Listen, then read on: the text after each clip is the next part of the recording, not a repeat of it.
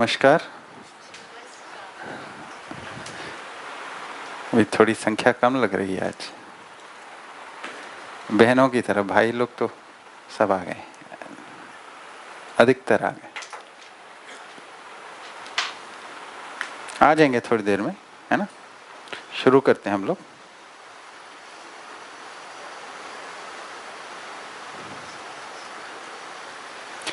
प्रार्थना कौन किससे करता है?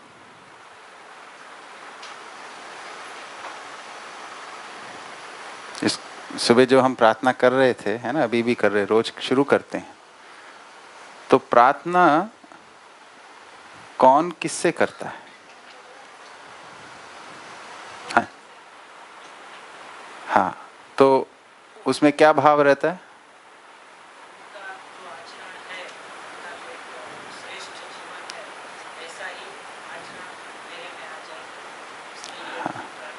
हाँ, ठीक। अब ऐसा है ना, एक भाव ऐसा। तो जैसे अभी सुन रहे थे कि सबको सम्मति दे भगवान। तो अधिक विकसित कौन है, इंसान या भगवान? भगवान। तो कम विकसित अधिक विकसित को बताएगा क्या किया जाए।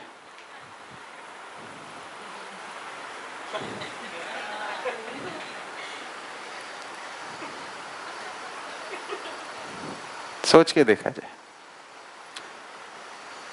ईश्वर तो प्राप्त योग है, सब उसके प्रभाव में हम ओत प्रोत हैं। हम अपनी जिम्मेदारी को पूरा नहीं कर रहे। तो प्रार्थना मानव में अधिक विकसित मानव कम विकसित मानव से करता है कि समझदार हो जाओ और समझदारी पूर्वक जियो। ये प्रार्थना करता है। प्रार्थना का ये प्लेसमेंट है मध्यस्थ दर्शन में। नागराज जी जब भी कोई बड़ी सभा को अटेंड करते थे तो प्रार्थना होते हैं, मेरे मानव बंधुओं आपसे प्रार्थना है। सम्मेलनों को अगर आप रिकॉर्डिंग सुनेंगे तो आपको देखने में आएगा, पहचानने में आएगा, है ना। तो ईश्वर का स्मरण आवश्यक है ना। वो तो हमें निरंतर होना ही चाहिए, पर उसके लिए अनुभव चाहिए। क्योंकि ईश्वर का स्मरण से पहले ईश्वर को पहचानना पड़ेगा अनुभव ज्ञान में। आत्मा स्वयं को ईश्वर में, है ना, भीगा डूबा घिरा देखेगी तो चित्त में उसका स्मरण हो पाएगा। नहीं तो अनुमान के आधार पे हम स्मरण करेंगे, है ना। और जब ईश्वर का स्मरण होगा तो फिर ईश्वर के प्रभाव को पूर्णतः स्वीकारते हुए हम जिएंगे। उसका प्रभाव तो हमें उपलब्ध है, हमने स्वीकारा नहीं हुआ है अपने आचरण में पूरी तरह, है ना। वो साम्य वस्तु है पर हम में संभाव नहीं है ना।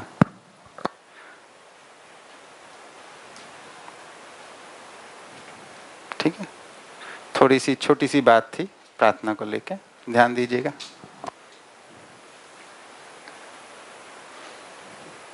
तो कम विकसित अधिक विकसित के लिए क्या करता है? वो वंदना करता है। उसमें जो सम्मान, कृतज्ञता, गौरव का भाव होता है, इसके आधार पे वंदना करता है ना। और अपनी निष्ठा, है ना, अपनी श्रद्धा का जो सत्यापन है उसे करता है। ठीक है ना। ठीक है, चलिए।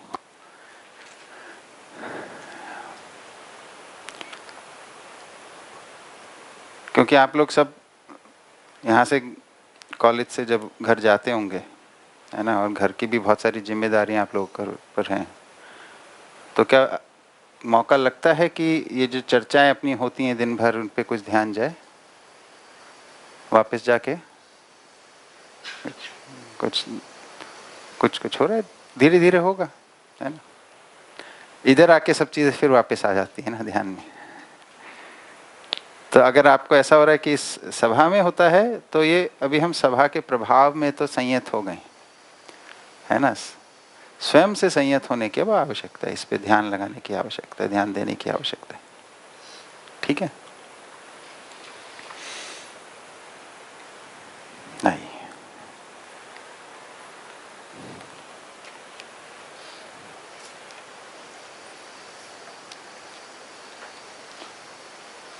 तो कौन से प्रश्न से शुरू करना था हमें आज?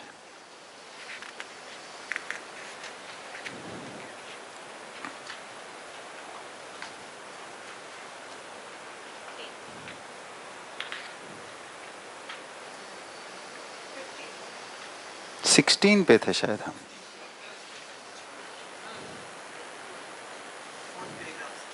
है ना, ये विषय आधार पर आधारित विधि विधान यहाँ तक पढ़ा था हमने, है ना।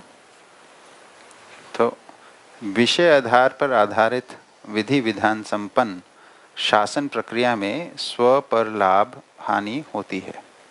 इसमें समाज की कोई व्याख्या नहीं है, समुदाय ही इसकी सीमा है। विवेकपूर्ण विचार, उपासना, इच्छा सहित किया गया प्रत्येक कर्म सभी स्तर पर श्रेयस्कर होता है।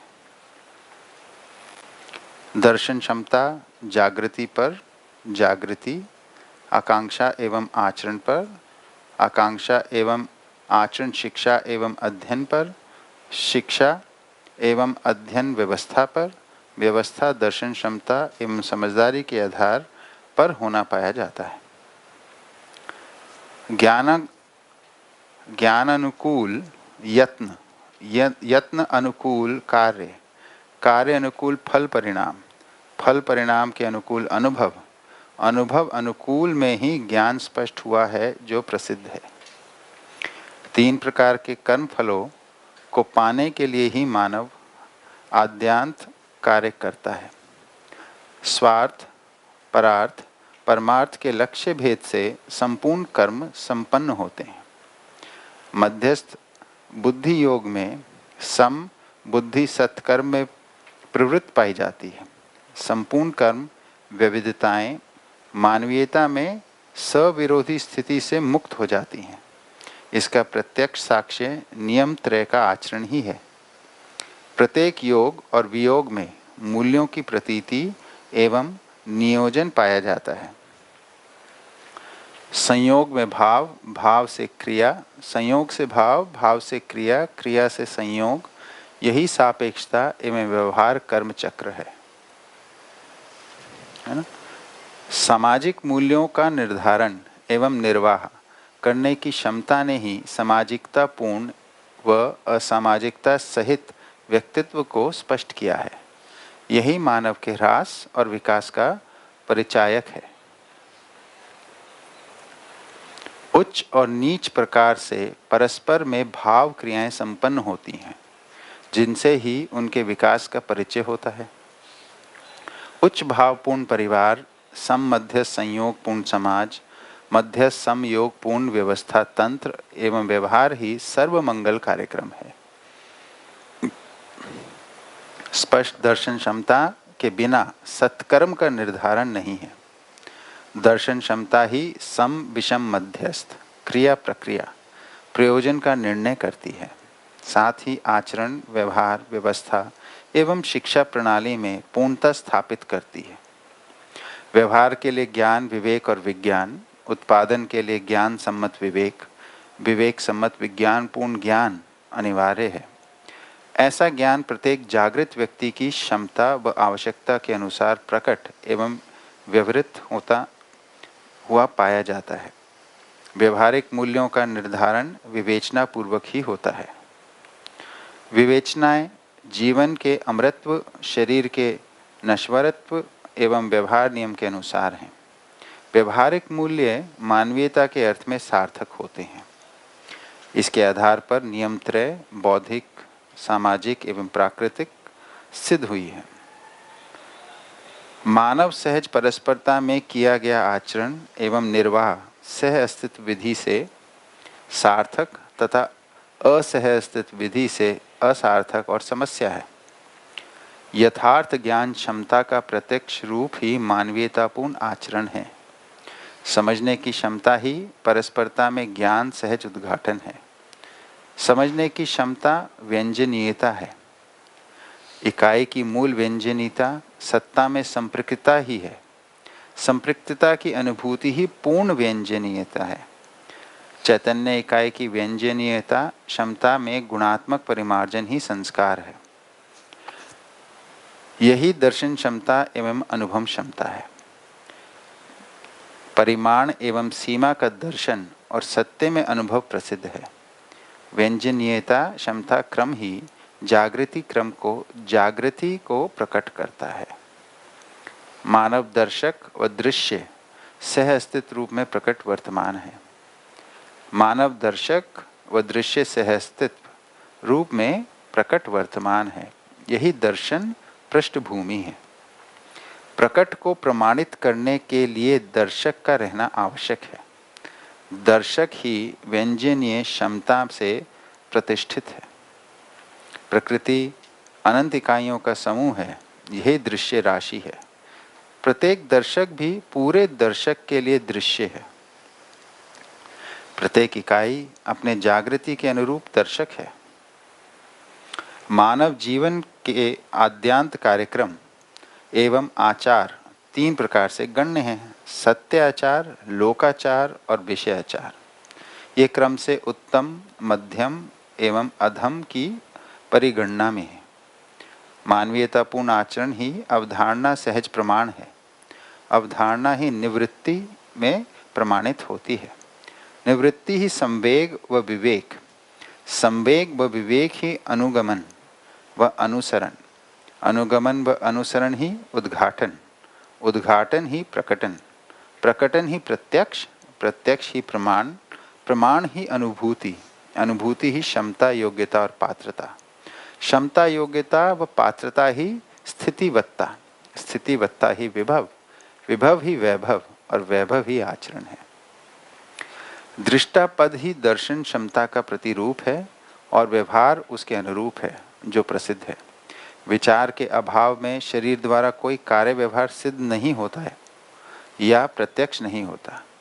इससे स्पष्ट हो जाता है कि शरीर द्वारा किए जाने वाले संपूर्ण क्रियाकलापों के मूल में विचार ही है। शरीर विचार नहीं है, यह विचार को प्रसारित करने का माध्यम है। इस निष्कर्ष से विचार शरीर से अतिरिक्त है और चैतन्य क्रिया है। वैचारिक क्षमता मानव की 5 स्थितियों में स्थित है, इसलिए सर्व मानव क्षमता में समान है। वैचारिक क्षमता के परिमार्जन हेतु सत्मार्ग एवं शुभकारी योगाभ्यास प्रसिद्ध है। चेतना विकास मूल्य शिक्षा पूर्वक संस्कार में गुणात्मक परिवर्तन है, यही सर्व शुभकारी है। पुनः यही वैचारिक क्षमता है। यह क्रम मानवीयता तथा अति मानवीयतापूर्ण आचरणों से संपन्न होते तक परिपूर्ण व्यवस्था है। यह नियम त्रय के पालन, अनुसरण एवं अनुशीलन पूर्वक सफल है, अन्यथा असफल है। योगाभ्यास मिलन का अभ्यास, मिलन के अनंतर स्वीकृति जीवन जागृति के रूप में, विकृति अमानवीयता के रूप में दृष्टव्य है। प्रत्येक मानव प्रबुद्धता के लिए प्रयासरत है। प्रबुद्धता का प्रत्यक्ष रूप ही मानवीयतापूर्ण आचरण है। मानवीयता तथा अति मानवीयता ही व्यवस्था पूर्वक वैभव है, पूर्ण है। जीवन का कार्यक्रम ही कर्म है, यही आचरण है। तो अभी तक जो 4 पेज पढ़े, इसको लेके कोई बात?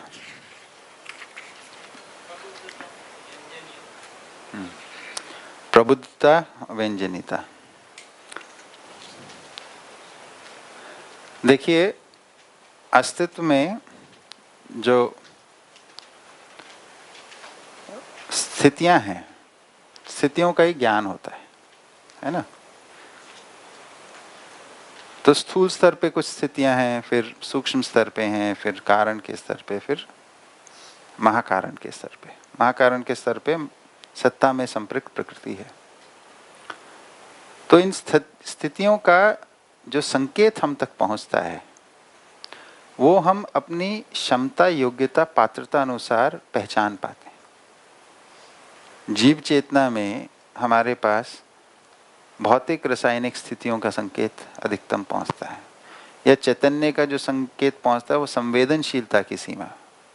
तो संवेदनशीलता के संकेत हमारे पे व्यंजनित होते हैं, उसका व्यंजन होता है, यानी उसका प्रभाव हम पहचान पाते हैं, उस संकेत को पहचान पाते हैं। हम तक संकेत तो अस्तित्व में सारे ही प्रसारित हैं, है ना।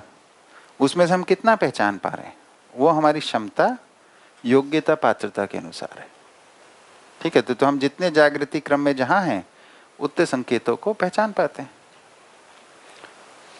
ठीक है, सभी संकेत या पूर्ण संकेत को पहचानना अनुभव में होता है, उससे कम में नहीं होता है ना। इसलिए अनुभव में पहुंचने पे ही हम पूर्ण संपूर्ण अस्तित्व के संकेतों को पहचान के, समझ के, अब उसके आधार पे जीने के लिए तैयार हो जाते हैं,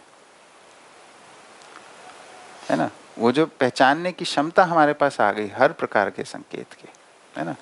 अभी तो हम घर परिवार में ही एक दूसरे के भावों को ठीक से नहीं पहचान पाते, है ना।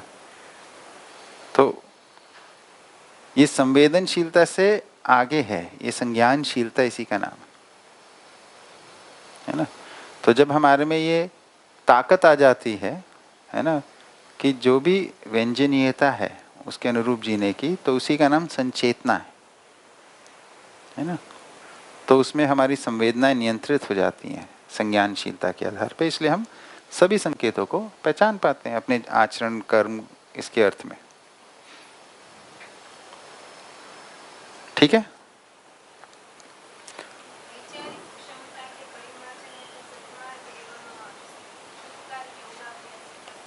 हाँ, योगाभ्यास तो नीचे ही परिभाषित किया है, मिलन का अभ्यास। जो प्राप्य योग हैं इसमें अभ्यास तो पहले न्याय पूर्वक, फिर धर्म पूर्वक और फिर सत्य पूर्वक योग अभ्यास है। मानव मानव की परस्परता में न्याय पूर्वक योग अभ्यास है ना।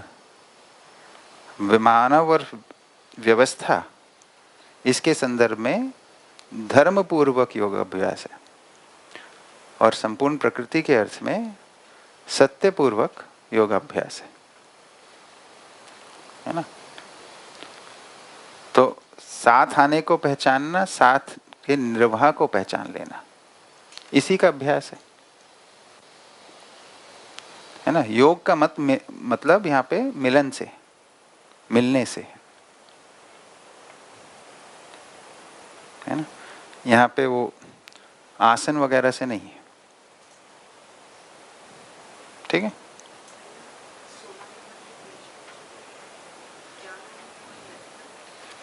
माइक लीजिए दीदी।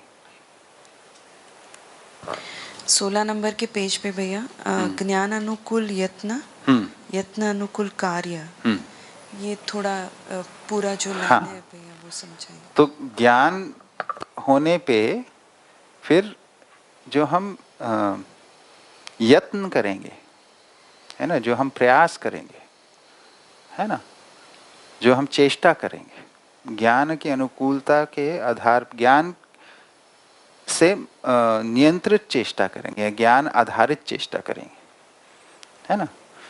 वो चेष्टा से कार्य होगा। चेष्टा का मतलब हो गया क्रिया। जो भी हम एक तरफ, हम जो भी दिशा में गति लेंगे, तो ज्ञान के आधार पे हम कोई दिशा लेंगे और कुछ प्रयास करेंगे, है ना। तो दिशा और प्रयास से कोई कार्य संपन्न होगा, है ना। इसको कहना, जो कार्य होगा उसके अनुरूप ही फल परिणाम होगा। जो फल परिणाम होगा उसकी अनुभूति होगी, है ना, क्योंकि फल परिणाम सबके बीच में दिखता है ना? फिर अनुभव अनुकूल से ही ज्ञान स्पष्ट हुआ है। तो ये क्या है, ये अब सामने वाला, जैसे हमने कुछ, जैसे जागृत मानव ने है ना, ज्ञानकूल यत्न किया, फिर यत्नकूल कार्य किया, कार्य के अनुकूल फल परिणाम आया। फल परिणाम जो कर रहा है उसको भी देखने को मिलता है, परस्परता को भी। उसके आधार पे परस्परता में उसका अनुभव होने की संभावना बन जाती है। तो उनका जो अनुभव हुआ है, इधर लिखा है अनुभव अनुकूल में ही ज्ञान स्पष्ट हुआ है ना। तो जागृत मानव की परस्परता में रह के अनुभव की जो प्रेरणा मिलती है इस आधार पे मिलती है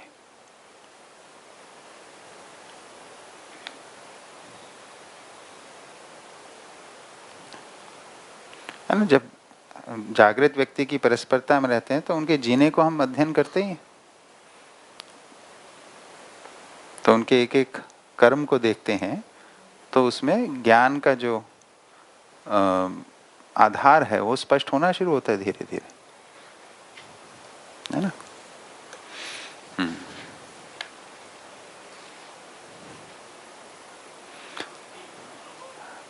हाँ, तो एक तो उससे पहले प्रबुद्धता की बात पूछी थी, तो प्रबुद्धता जो है समझदारी से ही है।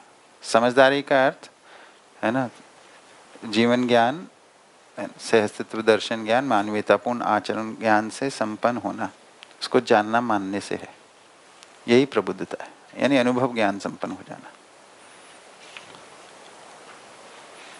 भैया 17 नंबर के पेज पे उच्च भावपूर्ण परिवार, सम मध्यस्थ संयोगपूर्ण समाज, मध्यस्थ समयोगपूर्ण व्यवस्था तंत्र, ये जो भावपूर्ण परिवार है उसको थोड़ा सा अगर आप। उच्च भावपूर्ण है ना, उच्च और नीच प्रकार से परस्पर में भाव क्रियाएं संपन्न होती हैं, है ना। उच्च भाव क्या है, जो हमारे को जागृति की ओर ले जाता है, व्यवस्था की ओर ले जाता है, ये उच्च भाव है।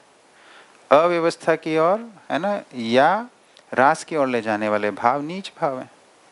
तो उच्च भाव संपन्न परिवार, है ना, तो जागृति और व्यवस्था के अर्थ में होने वाले भाव के साथ संपन्न परिवार, सम मध्यस्थ संयोग पूर्ण समाज, है ना। सम का मतलब होता है रचनात्मक, और मध्यस्थ का मतलब होता है संतुलन के अंदर बने रहने वाले। संतुलन में निरंतरता होती है ना,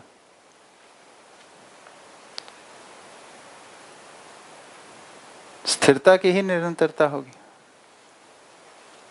है ना।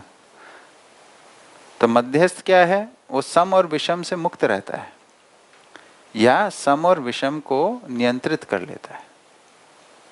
दोनों काम है, एक तो उससे मुक्त रहता है, और अगर सम और विषम के प्रभाव कहीं उत्पन्न भी होते हैं तो उनको शांत भी कर लेता है ना। फिर मध्यस्थ सम योगपूर्ण व्यवस्था तंत्र, व्यवस्था जो होती है उसमें मध्यस्थता प्रधान है। समाज के अंदर जो संयोग बनते हैं उसमें सम से मध्यस्थ की ओर जाते हैं, है ना। व्यवस्था में, क्योंकि व्यवस्था है वो, उसमें मध्यस्थ के अर्थ में सम होता है, तो मध्यस्थ पहले समझ में आता है, व्यवस्था पहले, क्योंकि व्यवस्था अपने में एक संतुलन है ना। उसके अर्थ में सजना जो है, उसके अर्थ में जो अपने को प्लेस करना है, ये सम हो जाता है फिर।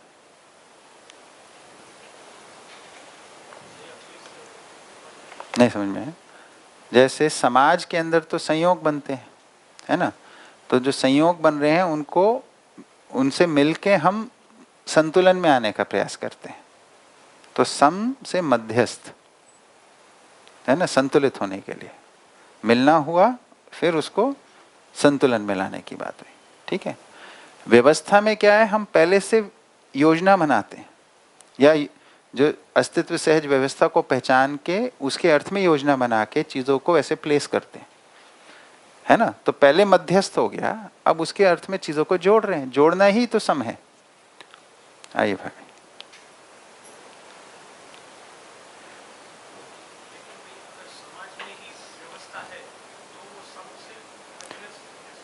हाँ, तो समाज और व्यवस्था में क्या अंतर है, पहले इसको समझना पड़ेगा,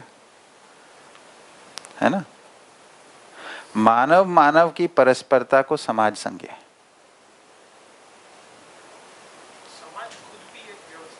अभी आते हैं उस पे, अभी आते हैं उसमें। पहले समाज क्या है? मानव मानव की परस्परता समाज है, हम समाज हैं, है ना। अब ये जो सीमा है वो हम किस आधार पर निर्धारित करते हैं? हमने क्या क्या जिम्मेदारी ली हुई है, इसके आधार पे हम निर्धारित करते हैं। इधर हमने इस शिविर को चलाना है, इसके अर्थ में हम लोग समाज हैं यहाँ पे, है ना। व्यवस्था क्या है कि ये जो प्रक्रिया है निश्चित स्वरूप में चलती रहे, है ना। इसके लिए हम कुछ निश्चितताओं को पहचानते हैं, कुछ नियमों को पहचानते हैं, है ना। तो नियम की पहचान पहले होती है, नियम ही मध्यस्थ है। नियम के आधार पे हम फिर क्रियान्वित होते हैं, ठीक है। तो सामाजिकता में क्या हो रहा है? हम मिल रहे हैं पहले, फिर संतुलन की ओर जा रहे हैं, नियम की ओर जा रहे हैं। व्यवस्था में क्या कर रहे हैं? जब हम कैसे नियम के आधार पे मिले रहेंगे, इसको कर रहे हैं, ठीक है।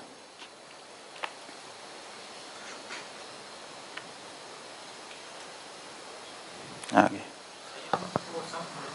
हाँ नहीं, सम और विषम, जो कल मैंने वो बनाया था ना डायग्राम कि साथ आने की क्रिया, जिसको संगठन लिखा था। तो जो साथ लाने की प्रवृत्तियां हैं, प्रभाव हैं, ये इनको सम कहते हैं, है ना। और जिसको कहते हैं कि वियोग होना या अलग करने की या विरचना करने की, इन सबको हम बोलते हैं विषम। ऐसे प्रभाव, ऐसे गुण, इनको क्या बोल रहे हैं? विषम, है ना। तो जीव चेतना में मानव विषमात्मक गुणों को ही प्रसारित कर पाता है। मानव चेतना में सम और मध्यस्थ को, और अति मानव चेतना में मध्यस्थ गुणों को प्रसारित कर पाता है, ऐसा, ठीक है।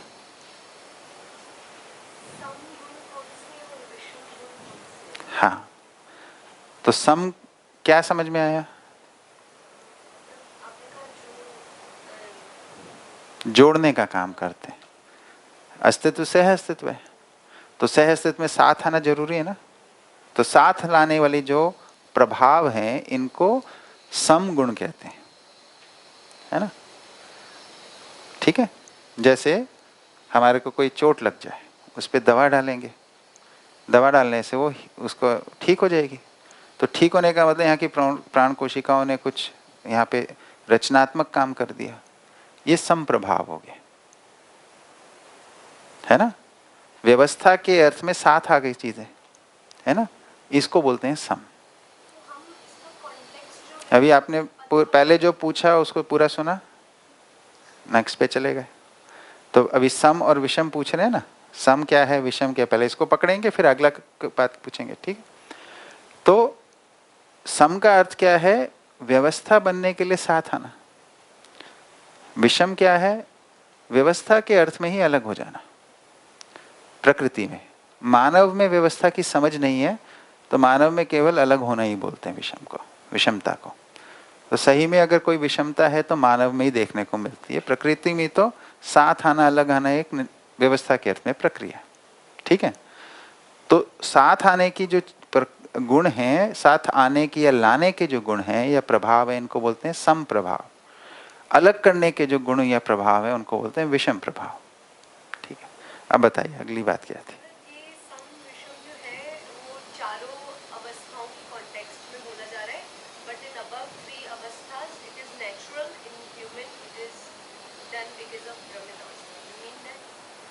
हाँ, क्या अब नेचुरल का मतलब क्या है?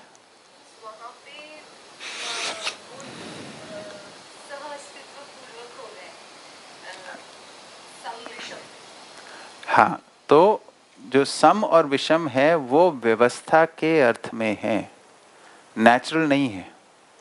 नेचुरल कोई शब्द नहीं है इधर, ठीक है, इधर की भाषा पकड़नी है। तो व्यवस्था के अर्थ में जो उसकी परिभाषा है सृजनात्मक प्रभाव, है ना, जिससे सृजन होता है, जिससे रचनात्मक प्रभाव। विरचनात्मक प्रभाव को बोला विषम। ये दोनों मनुष्यतर प्रकृति में तीनों जो अवस्थाएं हैं इनमें ये व्यवस्था के अर्थ में होता है। मानव के में केवल जो जीव चेतना में, क्योंकि व्यवस्था का रेफरेंस ही नहीं है, ज्ञान पूर्वक ही होगा, इसलिए वो एकदम ही मिसगाइडेड हो जाता है, इसलिए वो विनाश का आधार भी बन सकता है। ठीक है। और क्या बात थी कुछ और? हाँ, निवृत्ति, निवृत्त। तो ये निवृत्ति जो है, प्रवृत्ति, वृत्ति और निवृत्ति, ये तीन शब्द आते हैं। कौन से तीन शब्द हैं? अभ्यास दर्शन में आएगा इसका संदर्भ। प्रवृत्ति, वृत्ति और निवृत्ति। प्रवृत्ति जो है ये तीनों स्वभाव के अर्थ में है ना। तो अमानव में प्रवृत्तियां होती हैं, है ना। इसका आशय क्या है इससे कि वो उसकी मतलब टेंडेंसी, इंक्लिनेशन किस तरफ को है, क्या किस में लगा रहता है वो, तो विषय के अंदर लगा रहता है। तो विषय आधारित प्रवृत्तियां होती हैं, है ना। मानव में वृत्ति होती है, मतलब अब उसके अंदर व्यवस्था हो गई है, व्यवस्था की समझ हो गई है, उसके आधार पे वो ऐषणाओं के अंदर उसकी वृत्ति होती है ना। और जो अति मानव है, क्योंकि वो ऐषणाओं से भी मुक्त है, इसलिए वो निवृत्त है, इसलिए उसका स्वभाव निवृत्ति कहलाता है। यानी अब वो जो कार्य कर्म कर रहा है उसमें प्रतिफल अपेक्षा नहीं है। इसको एक और भाषा बोला, सबीजन निर्बीजन, वो भी उसमें आया होगा व्यवहार दर्शन में, है ना। तो निर्बीजन हो जाता है, यही निर्वृत्ति। हाँ, विश्राम तो उसमें हो गया क्रियापूर्णता में, है ना। श्रम किस लिए है? सुखी होने के लिए। जब ज्ञान संपन्न हुए तो श्रम का विश्राम हो गया, यानी जीवन तृप्त हो गया, मानव सुखी हो गया। अब उस सुख का प्रकटन है समाधान, समृद्धि, अभय से अस्तित्व के रूप में, है ना। तो जब तक समाधान समृद्धि प्रकट कर रहा है तब तक वो वृत्तियां हैं, तब वो ऐषणाओं में है। फिर धीरे धीरे पुत्रेषणा, वित्तेषणा से वो छूटता है, केवल लोकेषणा में रह गया, है ना, यानी देव मानव के रूप में आ गया। दिव्यता का मतलब क्या है कि वो लोकेषणा से भी छूट गया, केवल उपकार इसमें जीता है। इसका नाम निवृत्ति है ना। ठीक है।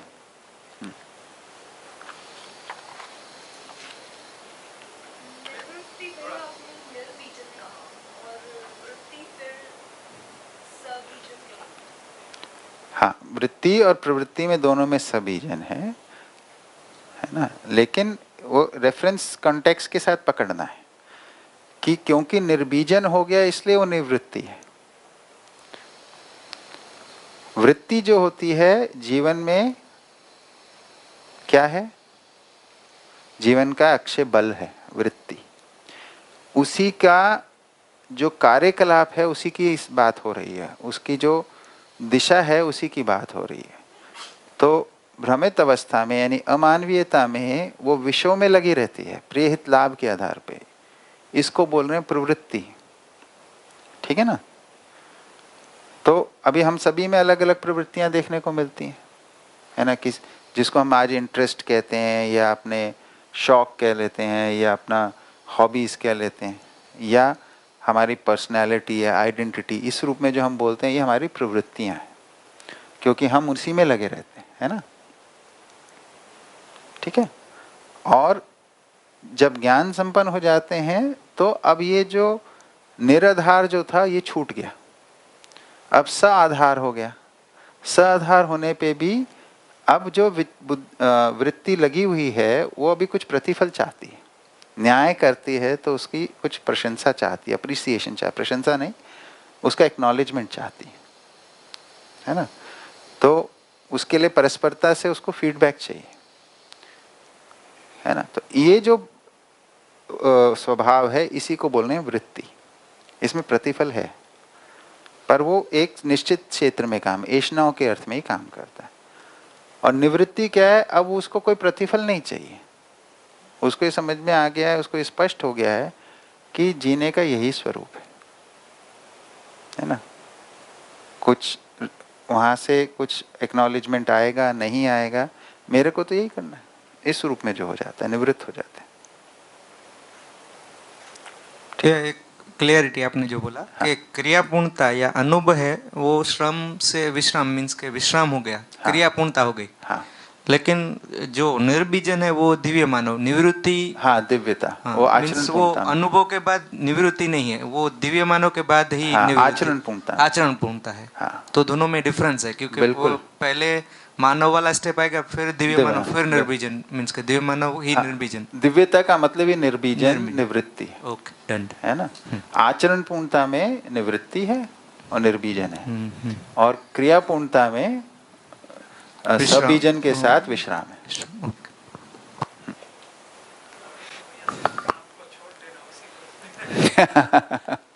रिटायर होने को कहते हैं, छोड़ते का छुड़वा देते हैं। भैया 18 नंबर पेज पे समझने की क्षमता ही परस्परता में ज्ञान सहज उद्घाटन है। उद्घाटन का जरा पेज नंबर 18 पे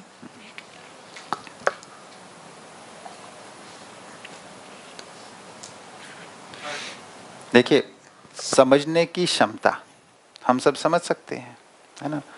तो परस्परता में जो हम समझने का प्रयास करते हैं ये ज्ञान के अर्थ में है ना। तो जो भी हमारे को ज्ञान होता है उसी के अर्थ में तो हम समझने समझाने का काम करते हैं, है ना।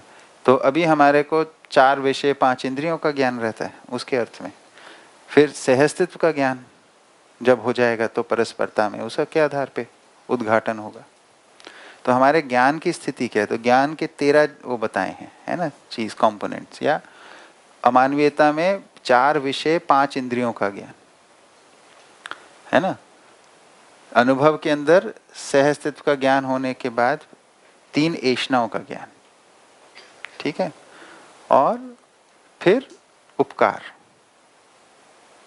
है ना। तो 4 5 3 12 हो गए और 1 13, है ना। तो इसके आधार पे जिस स्तर पे हम हैं उस ज्ञान का उद्घाटन करते हैं। प्रकट करना, उद्घाटन जैसे कोई चीज का शुरू करना, इनिशिएट करते हैं।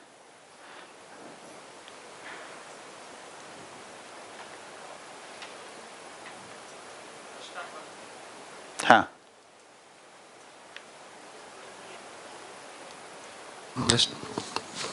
दृष्टापद वो मीन्स कौन सी, उसका मीनिंग क्या है? दृष्टापद प्रतिष्ठा, ये बात है दृष्टापद। तो दृष्टा का अर्थ होता है देखने से। तो जो पूर्णता और संपूर्णता को देख लेता है यानी पहचान लेता है वो दृष्टापद में, यानी अनुभव ज्ञान संपन्नता ही दृष्टापद है। तो जीवन ही दृष्टापद में आता है। हाँ जी, संपूर्णता की 2 परिभाषाएं आई हैं। संपूर्णता में अस्तित्व के जब अर्थ में संपूर्णता शब्द आता है तब उसमें सत्ता में संपृक्त प्रकृति ही संपूर्ण, ठीक है, परिभाषा संहिता में दिया हुआ है। और फिर इकाई के संदर्भ में जब बात आती है, इकाई अपने वातावरण सहित संपूर्ण, ठीक है।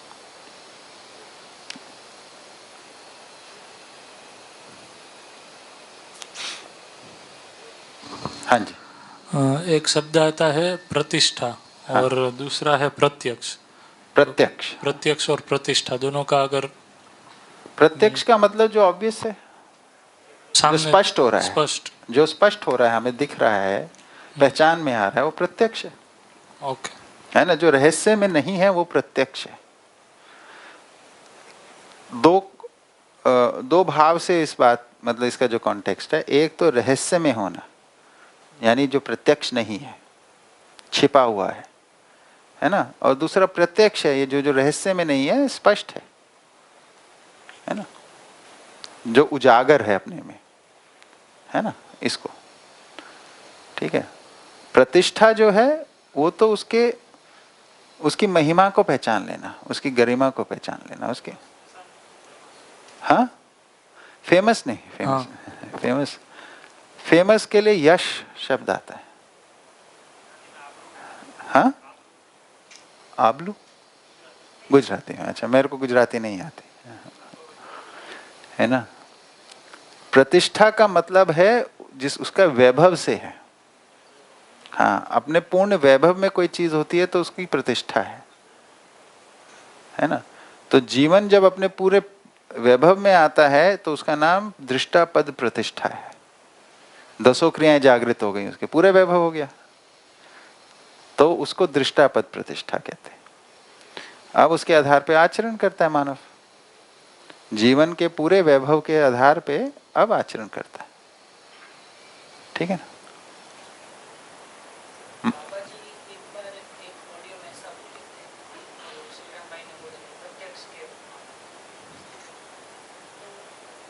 उन्होंने कुछ ऐसा बोला था कि भाई ज्ञान ही प्रत्यक्ष है। हाँ जैसे केवल मैं देख रहा हूँ, अगर मैं समझ नहीं रहा हूँ तो वो प्रत्यक्ष नहीं है, तो मेरा समझा पाना या मेरा ज्ञान का उद्घाटन ही प्रत्यक्ष है। वो कुछ आपने सुना वो ऑडियो?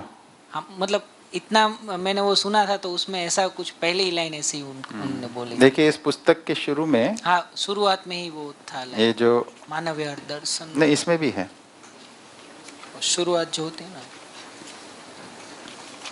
जो मध्यस्थ दर्शन के मूल तत्व, हाँ इसमें जो चर्चा चल रही है, हाँ, उसी इसमें श्री राम भाई की एक चर्चा है बाबा जी के साथ, है ना। उसी के संदर्भ में, उसी के संदर्भ में ये शब्द आया था, है ना। मैं बताता रहा हूँ अभी कहाँ है।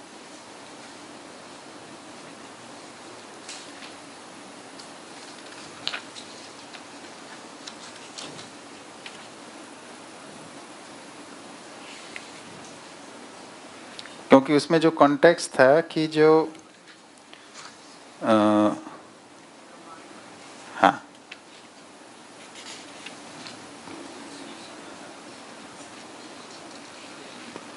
हाँ इसी में 7वें प्रमाण में ही है, वो इसी मुद्दे पे वो बात हो रही थी, है ना। तो इसमें आप पढ़ेंगे तो अनुभव ही प्रमाण परम, प्रमाण ही समझ ज्ञान, समझ ही प्रत्यक्ष, है ना। तो समझ को प्रत्यक्ष कहा है, ठीक है ना। प्रत्यक्ष ही समाधान, कार्य व्यवहार, कार्य व्यवहार ही प्रमाण, प्रमाण ही जागृत परंपरा, जागृत परंपरा ही सहस्त्र, है ना। हम जो प्रकट करते हैं अपने समझ बराबर जीना, तो जैसी समझ वैसा जीना, तो जो हमारे जीने में प्रकट हो रहा है वही हमारी समझ है, इसलिए समझ ही प्रत्यक्ष है ना। अब जागृत मानव में समझ पूरी होगी तो वो पूरे ज्ञान के आधार पे प्रकट समझ को प्रकट करेगा अपने जीने में, तो उसका ज्ञान झलकेगा उसमें, तो ज्ञान प्रत्यक्ष हो जाएगा उस अर्थ में, है ना।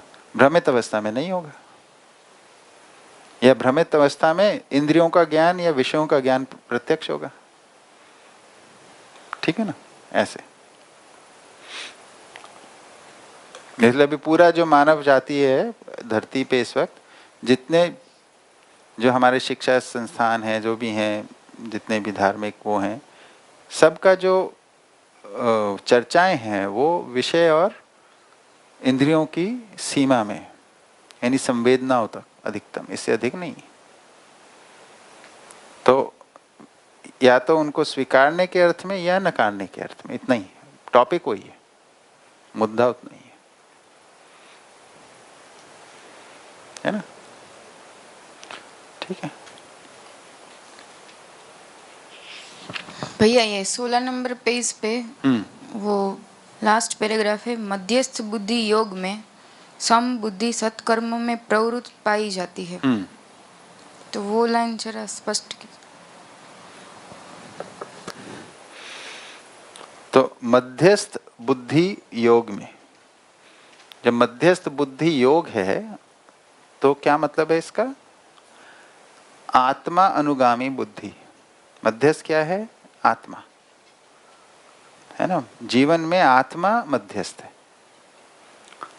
मध्यस्थ आत्मा के अनुगामी बुद्धि है ना, सम बुद्धि सत्कर्म में पाई जाती है। तो मध्यस्थ बुद्धि योग में यानी मिलन के अर्थ में क्रियाशील रहती है। सम बुद्धि, मध्यस्थ बुद्धि का मतलब हो गया जो मध्यस्थता को पहचानती है, तो अब योग को यानी मिलन को और संतुलन के अर्थ में वो देखने को मिलेगी। सम बुद्धि जो है यानी जो रचनात्मक उसमें होता है, ये मानव के संदर्भ में, वो दिव्य मानव के संदर्भ में था, है ना, वो सत्कर्म में प्रवृत्त पाई जाएगी, है ना। और अमानव के अंदर विषम बुद्धि कुछ होता नहीं है, इसलिए वो भाषा नहीं की है, ठीक है। तो उसके लिए क्या भाषा इधर बोली गई है, उसको हटा ही दिया इसमें से, पहली पुरानी पुस्तक में शायद था वो, है ना। तो उधर बुद्धि की सक्रियता नहीं है अमानव में, क्योंकि बुद्धि जागृति नहीं है, ठीक है। तो जो मध्यस्थ बुद्धि है वो दिव्य मानव की चेतना में, और जो सम बुद्धि है वो मानव चेतना में, ठीक है।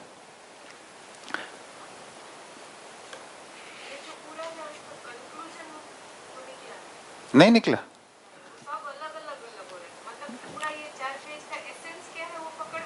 नहीं आया ना। इसको एक बार आप फिर से पढ़िए। अब क्या हो रहा है इसमें कि हमने एक बार पढ़ा, उसमें तो कुछ फ्लो लगता है, फिर जब हम क्वेश्चन इधर से कभी आगे कभी पीछे कभी ऊपर, तो शब्दों पे चले गए, है ना, तो बिखर गया। अब इसको शब्द स्पष्ट हो गए, कुछ कॉन्सेप्ट्स आ गए, अब फिर से जब पढ़ेंगे फ्लो में तब फिर कनेक्ट होगा। मूल मुद्दा तो वही है ना, इसलिए हमने पढ़ लिया, ये इंपॉर्टेंट नहीं है। जो आपने बोला ना, इसका जो एसेंस क्या है, सार भाग क्या है, ये पकड़ में आना है। तो इसलिए 3-4 बार पढ़ना आवश्यक है, इससे कम में बनती नहीं है बात।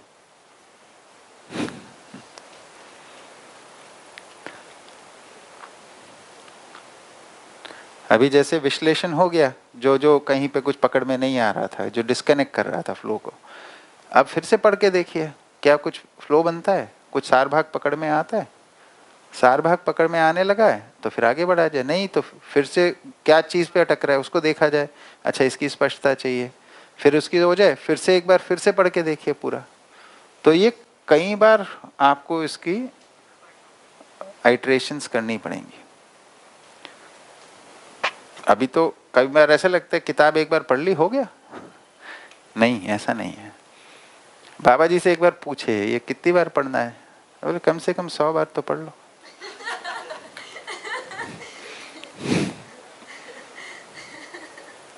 मैं तो 4 ही बार बोल रहा हूँ। 4 बार बोलने में पठन की शुरुआत हो जाती है।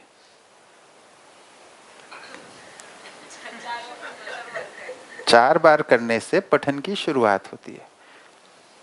श्रवण और पठन का मतलब क्या है? ये जो शब्द आते हैं, हमने सुना, सुनने का क्या मतलब है?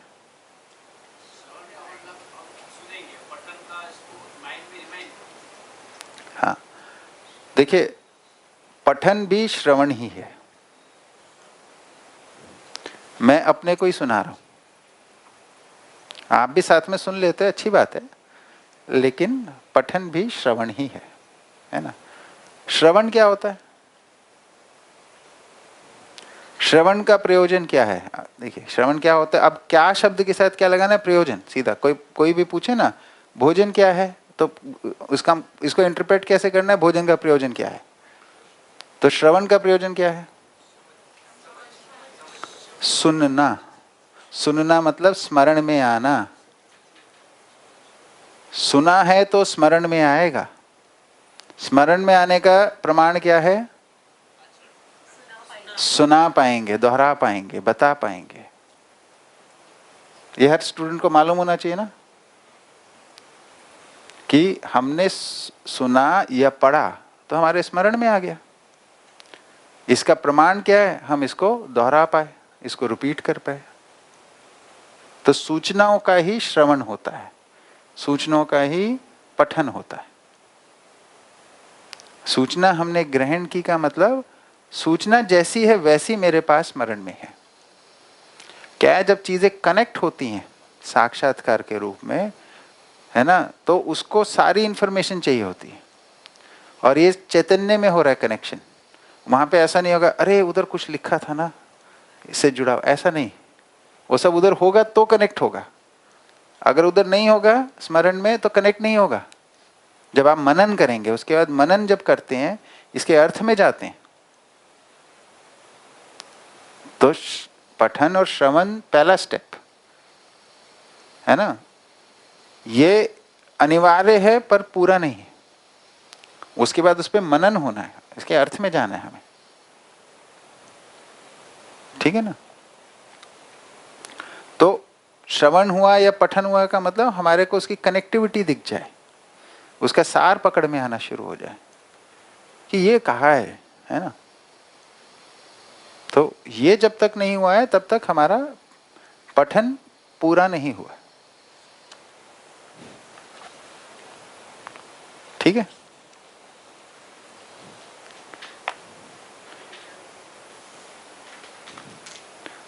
तो ये जो अध्ययन है ये थोड़ा सा इंटेंस प्रोग्राम है,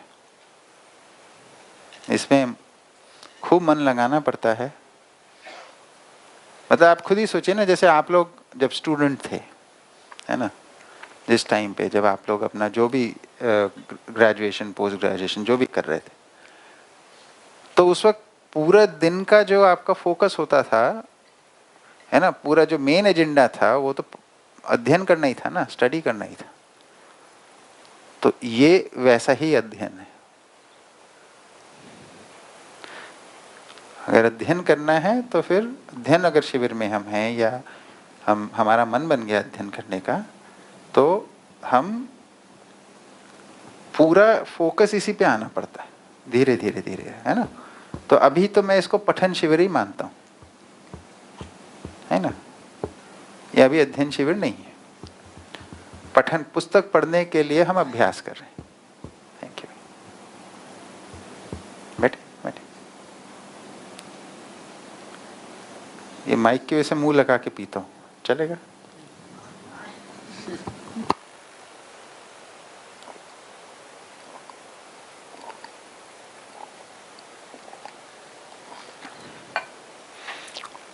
ठीक है ना। तो हमारा ये नाम के लिए अध्ययन शिविर है, पर ये है पठन शिविर।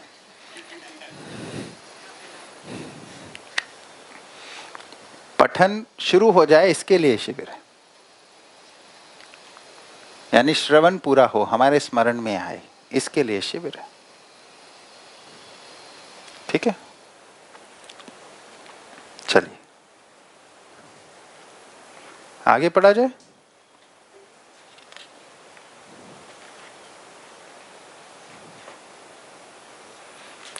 जीवन का कार्यक्रम ही कर्म है, यही आचरण है। समृद्धि, कला और बोध के लिए आचरण मानवीयतापूर्ण मानव में पाया जाता है।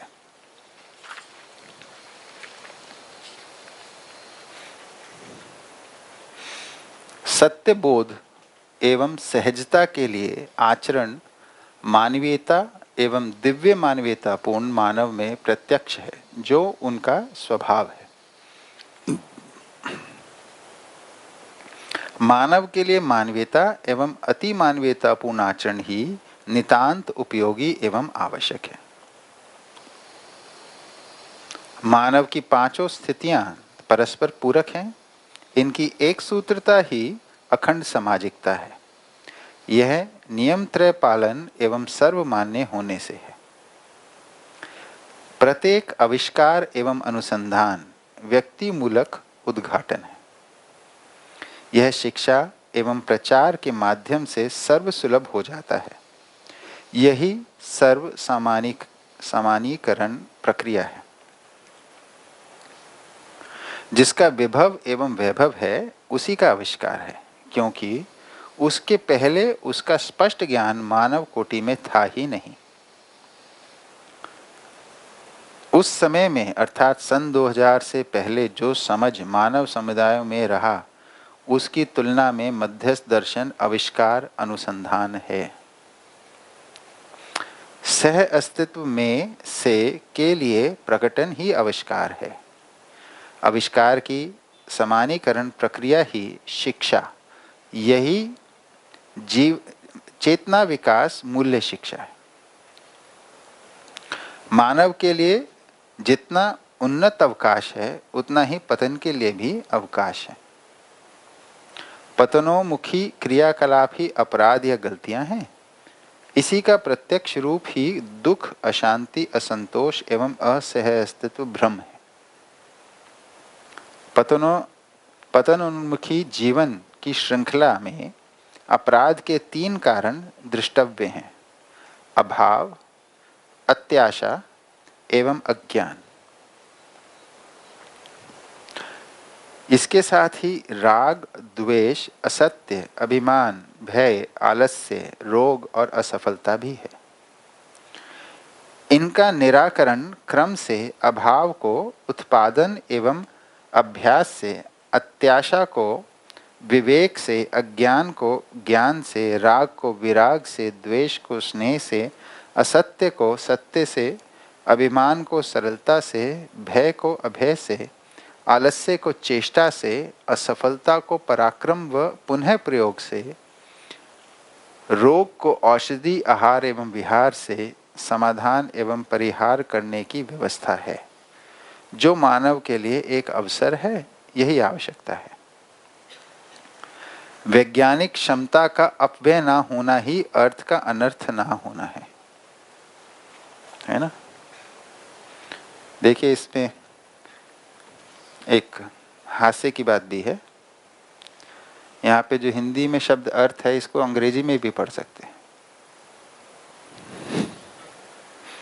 अर्थ का अनर्थ, ठीक है ना। अभी तो वही हो रहा है, वैज्ञानिक क्षमता से जो हमारी धरती है यानी अर्थ, वो अनर्थ हो सकती है।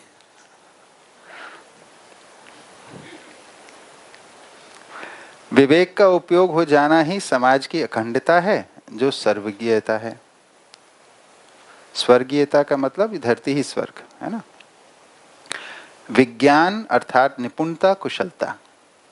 मानव में देखिए, विज्ञान में निपुणता कुशलता दोनों है, इस बात पे ध्यान देना जरूरी है। निपुणता कार्य के अर्थ में होती है, कुशलता व्यवहार के अर्थ में होती है, ठीक है ना। मानव से कम विकसित का परिमाणीकरण पूर्वक नियंत्रण करने के लिए योग्यता है, जो पूर्णतः उत्पादन क्षेत्र में उपयोगी सिद्ध हुआ है और आंशिक रूप में व्यवहार में। जबकि विवेक स्वयं के अर्थात मानव के विश्लेषण पूर्वक सामाजिक मूल्यों को स्पष्ट करता है। सह अस्तित्व में ज्ञान ही दृश्य, मानव दृष्टा, मानवत्व पूर्वक दृष्टि होना स्पष्ट है। इसलिए सह अस्तित्व में ज्ञान, सह अस्तित्व में व्यवहार व समाधान प्रमाणित होता है। फलस्वरूप व्यवस्था प्रमाणित होती है। व्यवहारिक मूल्य ही स्थिर मूल्य है। मानव संबंध एवं संपर्क पर्यंत व्यवहार के लिए अवसर संपन्न है। मूल्य विहीन संपर्क एवं संबंध नहीं है। प्रत्येक परस्परता में अपेक्षाएं समाहित हैं। मूलतः यही सापेक्षता है, यही आवश्यकता है। ज्ञान गोचर, दृष्टि गोचर के आधार पर ही प्रत्यक्ष अनुमान एवं आगम क्रिया का वर्गीकरण एवं निर्धारण है ना। ये जो 3 भाषाएं, प्रत्यक्ष, अनुमान और आगम, ये जो पूर्वावर्ती दर्शन है उनमें प्रमाण को बताया है, प्रत्यक्ष प्रमाण, अनुमान प्रमाण और आगम प्रमाण। तो उन शब्दों को इधर प्लेस कर रहे हैं, है ना। तो ज्ञान गोचर, दृष्टि गोचर के आधार पर ही प्रत्यक्ष, अनुमान एवं आगम क्रिया का वर्गीकरण एवं निर्धारण है ना। सानिध्य की निरंतरता का अनुभव ही प्रत्यक्ष, सानिध्य की निरंतरता की संभावना ही अनुमान, सानिध्य संभावना के अतिरिक्त अस्तित्व ही आगम क्रिया है।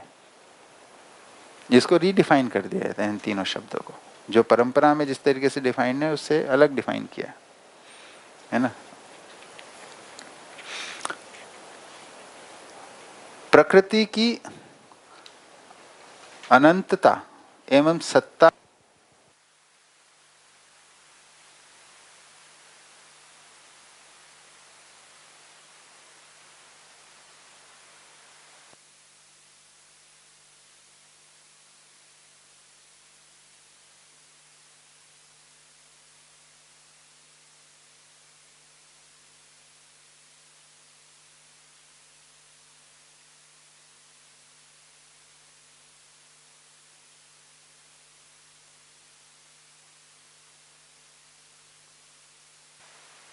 हेलो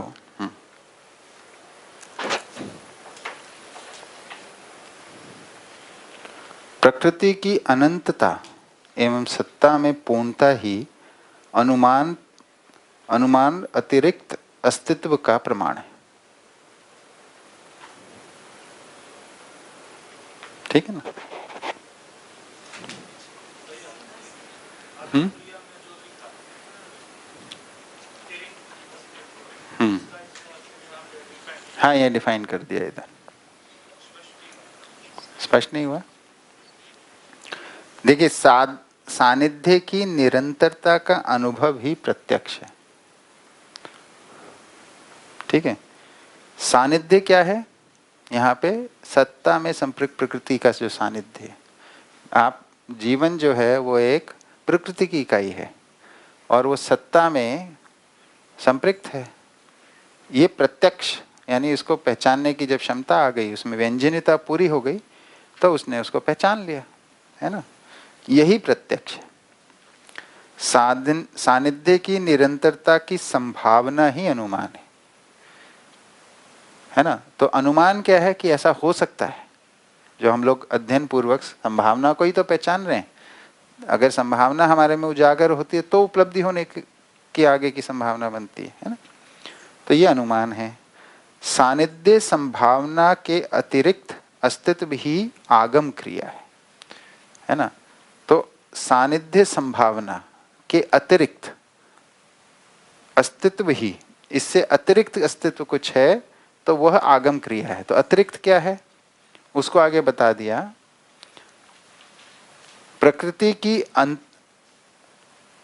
अनंतता एवं सत्ता में पूर्णता ही अनुमान अतिरिक्त अस्तित्व का, यानी अनुमान से अधिक अस्तित्व क्या है ना, उसका प्रमाण ये है। अस्तित्व के में प्रकृति की अनंतता को आप अनुमान नहीं लगा सकते। आप कुछ भी अनुमान लगाएंगे उससे अधिक बचा ही रहेगा अस्तित्व। प्रकृति कितनी है, इसका आप जो भी अनुमान लगाएंगे उससे अधिक है ही, है ना? ऐसे ही सत्ता पूर्ण है, इसका जो भी अनुमान लगाएंगे उससे अधिक है। यही अतिरिक्तता है। ठीक है? तो इसमें हमेशा मतलब आगम की क्रिया की जगह बनी रहती है। तो हम हमारे अंदर ही और पहचान सत्ता की पूर्ण, जो सत्ता पूर्ण है ना, इसको, उसके वैभव को, उसकी महिमा को पहचानने में हमारे पास खूब जगह है, बनी रहती है हमेशा, है ना?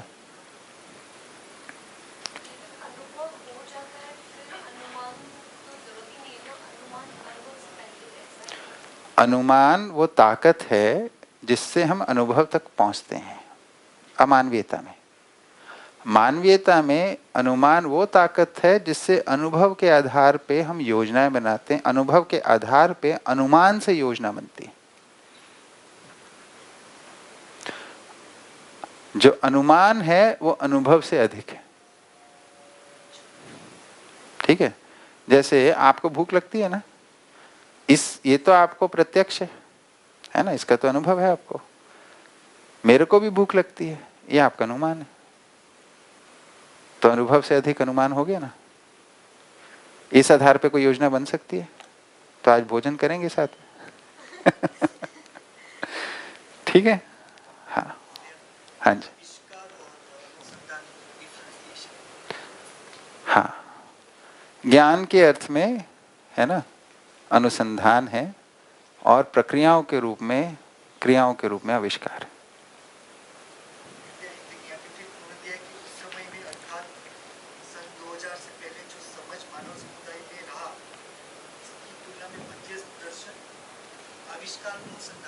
हाँ, आविष्कार भी है क्योंकि इसमें से जीने की प्रक्रिया निकल के आ रही है, मानवीयतापूर्ण आचरण, ये आविष्कार है। और सत्ता में संपृक्त प्रकृति में जो 3 पूर्णताओं की बात आई है ना, के आधार पे, आधार सत्ता में संपृक्त प्रकृति है और अनुसंधान गठन पूर्णता, क्रिया पूर्णता और आचरण पूर्णता है। ये अनुसंधान। ये जब आप वो मध्यस्थ दर्शन के मूल तत्व देखेंगे तो उसमें दिया हुआ है ये पॉइंट्स।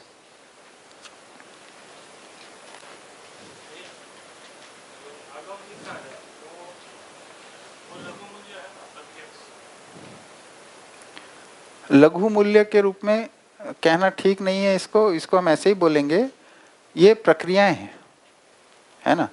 ये सत्य तक पहुंचने के लिए साधन है, ऐसा बोल सकते हैं, है ना। आगम की विधि से, विधियां हैं, क्रियाएं हैं ये, है ना। तो एक आगम क्रिया है, एक अनुमान क्रिया है, और तीसरी प्रत्यक्ष या अनुभव क्रिया है। हाँ, वो नाम वही है, कॉन्टेक्स्ट अलग है उसमें।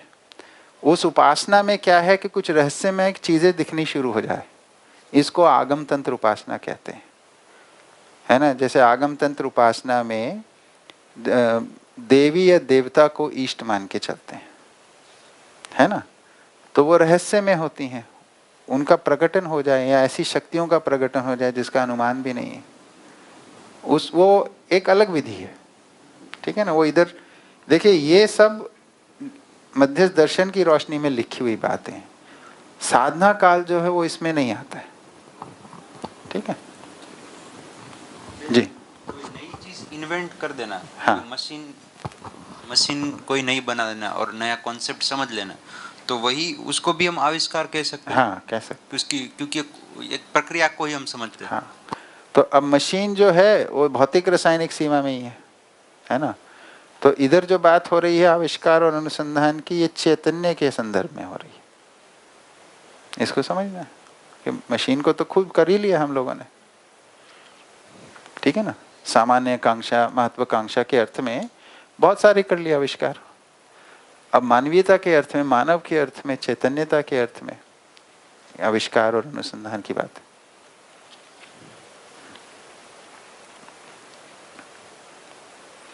स्थूल, सूक्ष्म एवं कारण भेद से प्रत्यक्ष क्रियाएं, है ना। उसको और एक्सपैंड किया इसमें आगे। सामान्य बुद्धि से स्थूल, अब यहाँ बुद्धि जब शब्द बोल रहे हैं इसमें बौद्धिकता से ही है, यानी मानसिकता से ही है ना। सामान्य बुद्धि से स्थूल, विशेष बुद्धि से सूक्ष्म, विशिष्ट बुद्धि से कारण का प्रत्यक्षीकरण प्रसिद्ध है।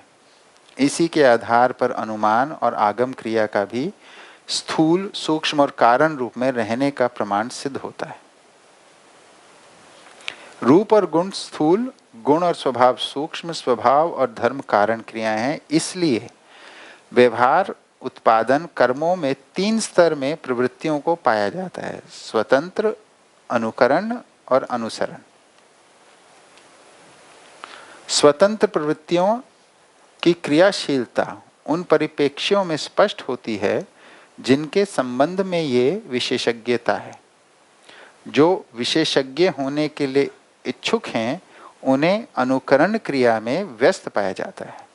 जिनमें विशेषज्ञता की प्रति इच्छा जागृत नहीं हुई है उन्हें अनुसरण क्रिया में अनुशीलन पूर्वक ही कर्म एवं व्यवहार रत पाया जाता है।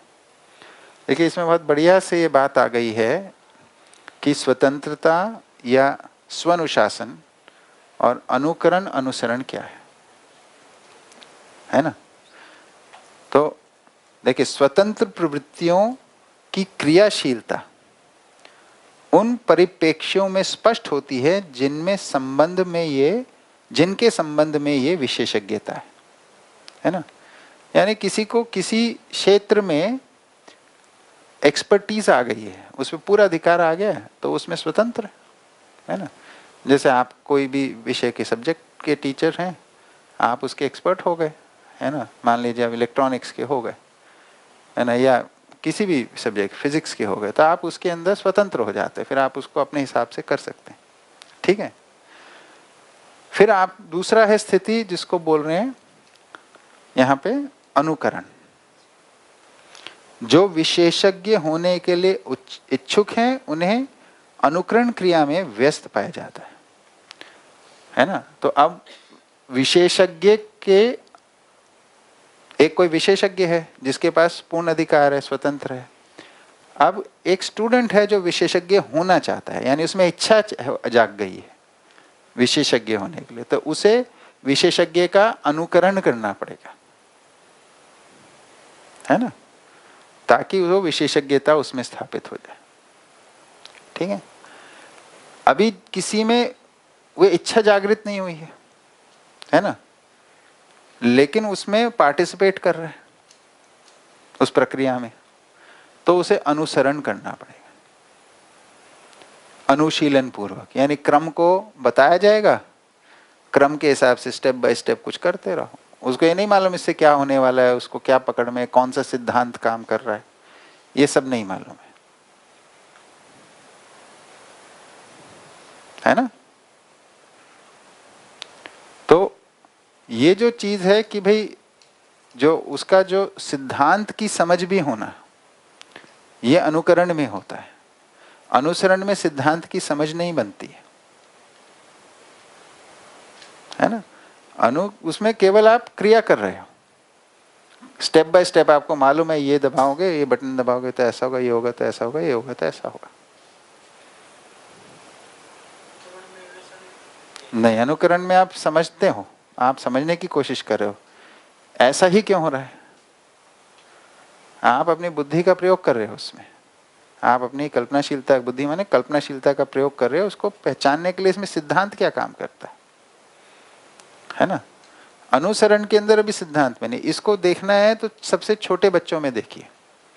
जब बच्चा शिक्षा में आता है पहले अनुसरण में होता है ना, उसे बोलते हैं child is going through the motions. उसको हम सिखा रहे हैं, बेटा लिखो, अक्षर ऐसे बनाते हैं, अच्छा ऐसे बनाना है, ऐसे करना है, तो वो करता है ना। फिर धीरे धीरे धीरे उससे पकड़ में आता है, अच्छा लिखना है मेरे को, भाषा लिखनी है, उसके लिए मैं लिखना सीख रहा था, अब वो अनुकरण में आ गया, अच्छा ऐसे सुंदर भाषा ऐसे लिखते हैं, नए नए शब्द ऐसे सीखते हैं। अब उसके अंदर तो ये थोड़ा बड़ा हो गया बच्चा। पहले जो स्कूल में आया है ना, 5 से 10 साल तक प्रधान था अनुसरण में, उसके बाद अगले 5 साल प्रधान था अनुकरण में है ना। अनुसरण के बाद उसमें अनुशासन की स्थिति आती है। अनुसरण अनुकरण की पहले 5 साल की स्टेज है, दूसरा अनुशासन की है, अगला 5 साल स्वनुशासन की है। तो जो अनुसरण की जो स्थिति है ना, उसमें मैकेनिकल स्टेप्स लेता है। अनुकरण में वो उसमें उसको पकड़ने लगता है, समझने लगता है चीजों को, है ना। और जब उसका पूरा अधिकार हो जाता है तो वो स्वनुशासन में आ जाता है, स्वतंत्र हो जाता है। इस शिक्षा के क्षेत्र में बहुत महत्व है इसका समझने का। स्वतंत्र सक्रियता स्थूल सूक्ष्म एवं कारण क्रिया की सानिध्य अनुभूति क्षमता से, अनुकरणात्मक सक्रियता स्थूल एवं सूक्ष्म क्रिया की सानिध्य अनुभूति क्षमता से, अनुसरण आत्मक सक्रियता स्थूल क्रिया की अनुभूति क्षमता से संपन्न पाई जाती है। यही व्यंजनिता की क्षमता में प्रत्यक्ष अंतरांतर है। ये समझ में आया क्या कह रहे हैं इसमें? देखिए 3 प्रकार की क्रिया बताई थी, स्थूल सूक्ष्म और कारण। तो जो विशेषज्ञ है उसे कारण स्थूल सूक्ष्म सब मालूम है ना, उसे पूरा समझ में आता है। जो स्टूडेंट बन गया है ना, वो स्थूल और सूक्ष्म उसको पकड़ रहा है ना। और जो अभी जिसके अंदर विशेषज्ञ बनने की इच्छा भी नहीं है, बस पार्टिसिपेट कर रहा है, वो केवल मैकेनिकल काम कर रहा है, नहीं स्थूल तक सीमित है। इस बात को कह रहे हैं इसमें, है ना। स्वतंत्र सक्रियता स्थूल सूक्ष्म एवं कारण क्रिया की सानिध्य अनुभूति क्षमता से, है ना। तो उसको स्थूल भी पता चलता है, सूक्ष्म पता चल रहा है और कारण भी पता चलता है। अनुकरणात्मक सक्रियता स्थूल एवं सूक्ष्म क्रिया की सानिध्य अनुभूति क्षमता से, और अनुसरणात्मक सक्रियता स्थूल क्रिया की अनुभूति क्षमता से संपन्न पाई जाती है। यही व्यंजनिता की क्षमता में प्रत्यक्ष अंतरांतर है। ठीक है। स्वतंत्र सक्रियता में नियंत्रण, स्वतंत्र सक्रियता में नियंत्रण क्षमता स्वायत्त, अनुकरण क्षमता में स्वेच्छा से नियंत्रित होने की क्षमता, अनुसरण सक्रियता में अनुशासित होने की क्षमता समाहित है। ठीक है ना। ये शिक्षा के क्रम में बहुत इंपॉर्टेंट और बहुत अच्छा बात आ रही है, इसको समझना बहुत इंपॉर्टेंट है, क्योंकि हम भी स्टूडेंट हैं ना इसमें। तो सार्वभौमिक कामना अनुरूप कार्यक्रम में रत होने से ही सभी स्थितियों में दोष दूर होते हैं। यही मांगल्यप्रद है। सार्वभौमिक कामना अनुरूप कार्यक्रम, क्या मतलब है इसका? ऐसी कामनाएं जो सार्वभौमिक हैं, सर्व शुभ की कामना, इसके अनुरूप कार्यक्रम में रत होने से सभी स्थितियों से में दोष दूर होते हैं। यही मांगल्यप्रद है। ठीक है ना। पर धन, पर नारी, पर पुरुष एवं पर पीड़ा ही व्यवहारिक, सामाजिक एवं भौतिक उन्नति तथा जागृति में बाधक है। राग, द्वेष, अविद्या एवं अभिमान बौद्धिक जागृति में अवरोधक सिद्ध हुए हैं। भय आध्यात्मिक अनुभूति अर्थात सह अस्तित्व अनुभूति योग्य क्षमता के विकास में अवरोधक है। भय जो है वो आध्यात्मिक अनुभूति अर्थात सह अस्तित्व अनुभूति योग्य क्षमता के विकास में अवरोधक है। प्राकृतिक वैभव के अपव्यय से ऋतु असंतुलन एवं उससे कलेशोदय होता है जो प्रत्यक्ष है ना। प्राकृतिक वैभव के अपव्यय से ऋतु असंतुलन एवं उससे कलेशोदय होता है, यानी कलेश का उदय होता है जो प्रत्यक्ष है। स्वधन, स्वनारी, स्वपुरुष एवं दयापूर्ण कार्य व्यवहार तथा आचरण से सामाजिक सुख एवं संतुलन का, असंग्रह अर्थात समृद्धि, स्नेह, विद्या एवं सरलता से बौद्धिक सुख का, अभेयता से आध्यात्मिक आनंद का अनुभव है। यही भौतिक, बौद्धिक एवं आध्यात्मिकता का प्रयोजन, विचार एवं अनुभूति व्यक्ति का, व्यक्ति, परिवार, समाज, राष्ट्र एवं अंतर्राष्ट्र की एक सूत्रता, संतुलन, समाधान एवं समृद्धि है। यही सार्वभौमिक साम्य कामना है ना। जहाँ ऊपर शुरू किया था सार्वभौमिक कामना अनुरूप, तो उसको यहाँ पे बताया क्या है वो।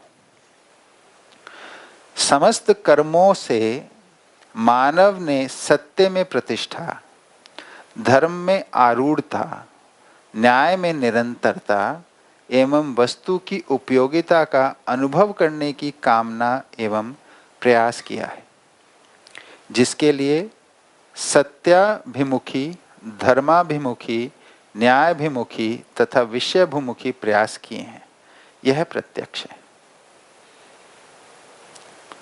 भौतिक द्रव्यों का नियंत्रण, उपार्जन, उपयोग एवं सदुपयोग, सामाजिक मूल्यों का वहन, निर्वहन, आचरण एवं निरंतरता, सत्यता, सत्य का बोध एवं अनुभव ही प्रतिष्ठाएं हैं। इनके बिना मानव तृप्त एवं निर्भ्रांत नहीं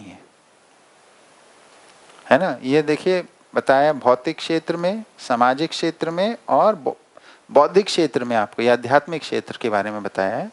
कि भौतिक द्रव्यों का नियंत्रण, उपार्जन, उपयोग एवं सदुपयोग, ये किस में बता रहे हैं? भौतिक क्षेत्र में, प्राकृतिक क्षेत्र में। सामाजिक मूल्यों का वहन निर्वहन, आचरण एवं निरंतरता, ये बताया है हमारे को सामाजिक क्षेत्र में, व्यवहार के क्षेत्र में। और सत्यता, सत्य का बोध एवं अनुभव ही, ये बताया है हमारे को बौद्धिक या आध्यात्मिक क्षेत्र में ही प्रतिष्ठाएं हैं। इनके बिना मानव तृप्त एवं निर्भ्रांत नहीं है। ठीक है। उत्पादन और सेवा में अर्थ का उपार्जन, अर्थ के सदुपयोग में समृद्धि, संयत उपयोग एवं सदुपयोग में संतुलन, सार्वभौमिक धर्म में समाधान, सत्यता में अनुभव तथा आनंद प्रसिद्ध है ना। सत्यता में अनुभव तथा आनंद प्रसिद्ध है। सत्य और सत्यता, जब भी ता लगता है वो सत्य के आधार पे होने वाली क्रियाओं पे, प्रक्रियाओं पे बात है ना। तो आप देखेंगे वो जो मध्यस्थ दर्शन के मूल तत्व, उसमें सत्यता कुछ बताया है।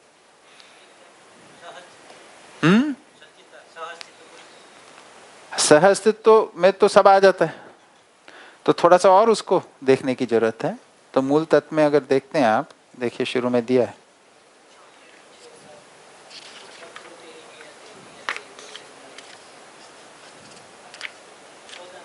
14 नंबर पे। हाँ, सत्ता में संपृक्त प्रकृति ही सृष्टि, प्रकृति ही नियति, नियति ही व्यवस्था, व्यवस्था ही विकास एवं जागृति, विकास एवं जागृति ही सृष्टि है। नियम ही न्याय, न्याय ही धर्म, धर्म ही सत्य, सत्य ही ऐश्वर्य अर्थात सहस्तित्व, ऐश्वर्य अनुभूति ही आनंद, आनंद ही जीवन, जीवन ही में नियम है। भ्रमित मानव ही कर्म करते समय स्वतंत्र एवं फल भोगते समय परतंत्र, जागृत मानव कर्म करते समय तथा फल भोगते समय स्वतंत्र है। ये सत्यता है। ठीक है। सत्य के आधार पे जो व्यवस्था का स्वरूप है, जो संसार का स्वरूप है, उसको सत्यता कह रहे हैं, है ना। तो इधर क्या बात थी? सत्य, सत्यता में सत्य, सत्य क्या है? सहअस्तित्व भी परम सत्य है।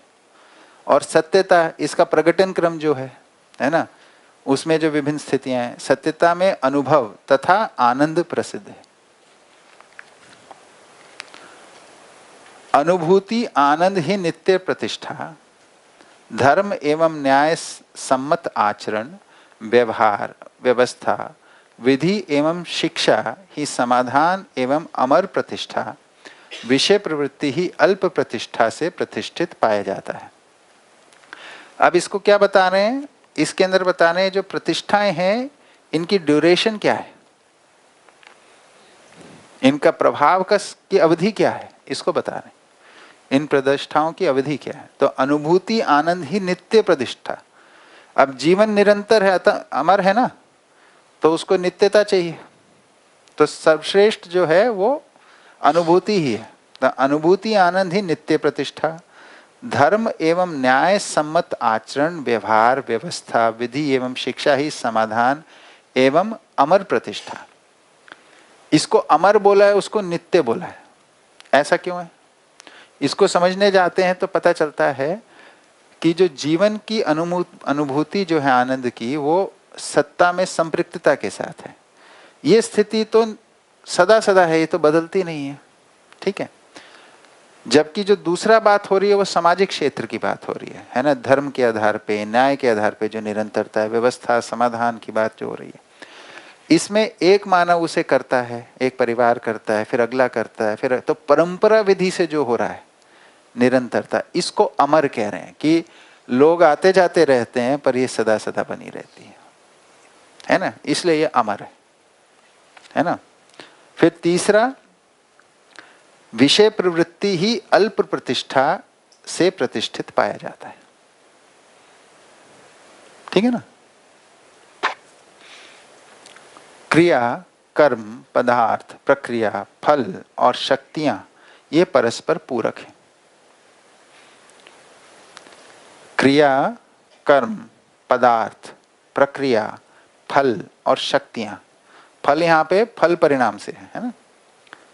क्रिया ही पदार्थ, पदार्थ ही प्रक्रिया, प्रक्रिया ही फल, फल ही शक्तियां, शक्तियां ही क्रिया एवं कर्म है।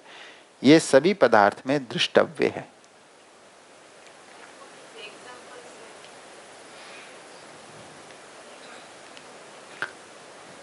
देखिए, जैसे इसको हम देखें तो जैसे दो अंशों का परमाणु है हाइड्रोजन, है ना। उसकी एक क्रिया है, एक केंद्र में, एक परिवेश में, है ना। और ये पदार्थ ही है, क्रिया और पदार्थ, है ना, एक बराबर। पदार्थ ही प्रक्रिया, तो ये जो क्रिया एक निश्चित क्रिया है, एक प्रक्रिया है, एक, है ना, उसका आचरण एक निश्चित आचरण है। और इसके आधार पे फल यानी उसका कुछ निश्चित गुण स्वभाव है, ठीक है। और उसके आधार पे उसका कुछ निश्चित प्रभाव बनता है दूसरों पे। तो इसके एक प्रभाव जो दूसरे पे जाता है, यही शक्ति है ना। और उसी से जो शक्ति एक का प्रभाव दूसरे पे जाता है ना, उसी को हम शक्ति कह रहे हैं। उससे दूसरे में कुछ क्रिया परिवर्तन होता है ना। तो शक्तियां ही क्रिया एवं कर्म है। ये सभी पदार्थ में दृष्टव्य है।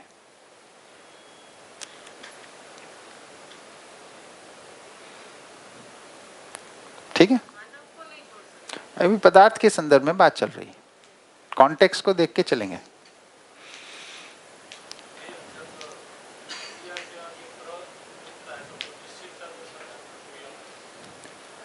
क्रिया प्रक्रिया, प्रक्रिया की परिभाषा देखिए क्या लिखी है।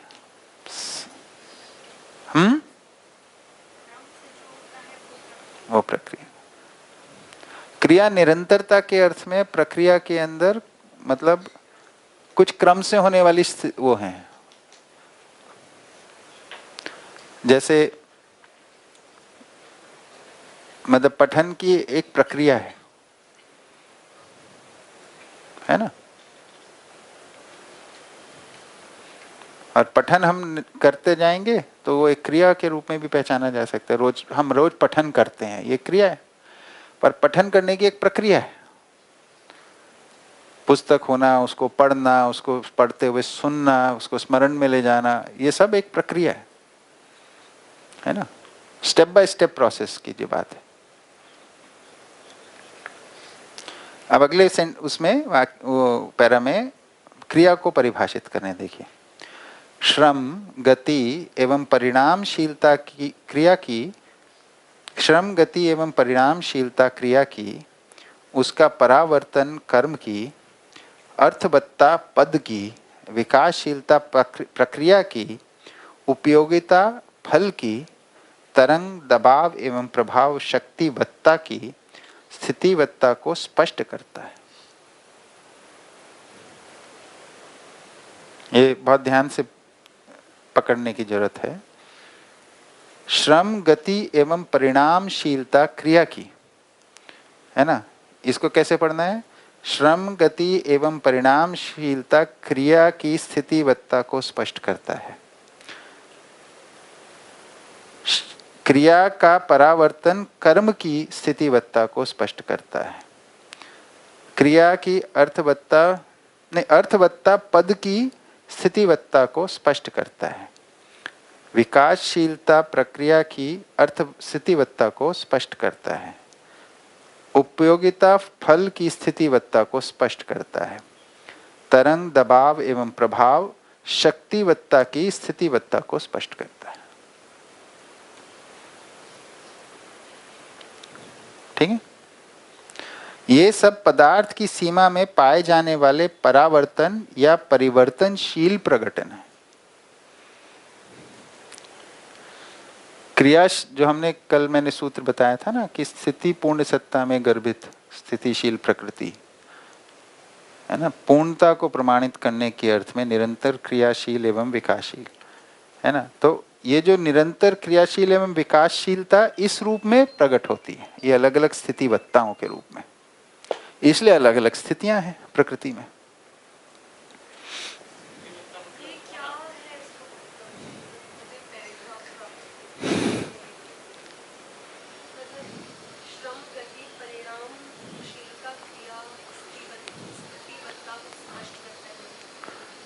श्रम गति परिणाम किसे, क्रिया किसे कहते हैं?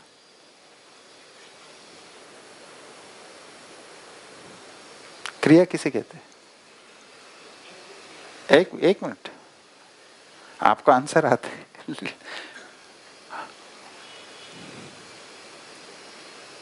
क्रिया किसे कह रहे हैं?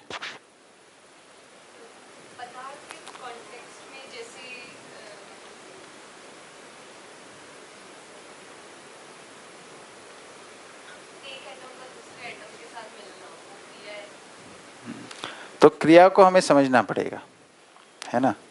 तो नोट कर लीजिए, क्रिया को समझना है। अस्तित्व के कॉन्टेक्स्ट में क्रिया क्या है, आप क्या नोट करेंगे? अस्तित्व या सह अस्तित्व के संदर्भ में क्रिया का क्या अर्थ है, ये लिखिए।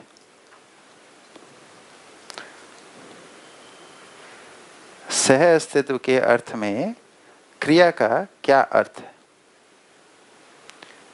इससे संबंधित जो एकदम सूत्रात्मक सूचना है वो जीवन विद्या अध्ययन बिंदु पुस्तक में दी हुई है, पर वो एकदम बहुत संक्षिप्त में है, ठीक है ना? तो उसके अंदर बताया हुआ है कि सत्ता में संपृक्त प्रकृति में डूबे होने से क्रियाशीलता, वो क्रिया को श्रम गति परिणाम के रूप में बताया हुआ है ना? तो वो अब समझने के लिए आपके लिए बिंदु हो गया। अब उसकी रेफरेंसेस आपने जो सुनी हैं, जो पुस्तकों में पढ़ेंगे, उस सब से बनेगी,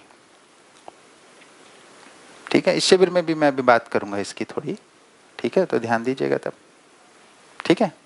तो इसमें अब बेस का जो काम है वो करना है, पहले फाउंडेशनल वर्क करना है इन सब के, तो पकड़ में आएगा, ठीक है ना? तो ये सब रेफरेंसेस हैं इन सब बातों की। क्रिया का परावर्तन कर्म की स्थितिवत्ता को स्पष्ट करता है। अब स्थितिवत्ता का क्या अर्थ होता है ये स्पष्ट होना पड़ेगा, कर्म का क्या अर्थ है ये स्पष्ट होना पड़ेगा। क्रिया का तो कर ही लिया हमने, है ना? ऐसे अर्थवत्ता पद को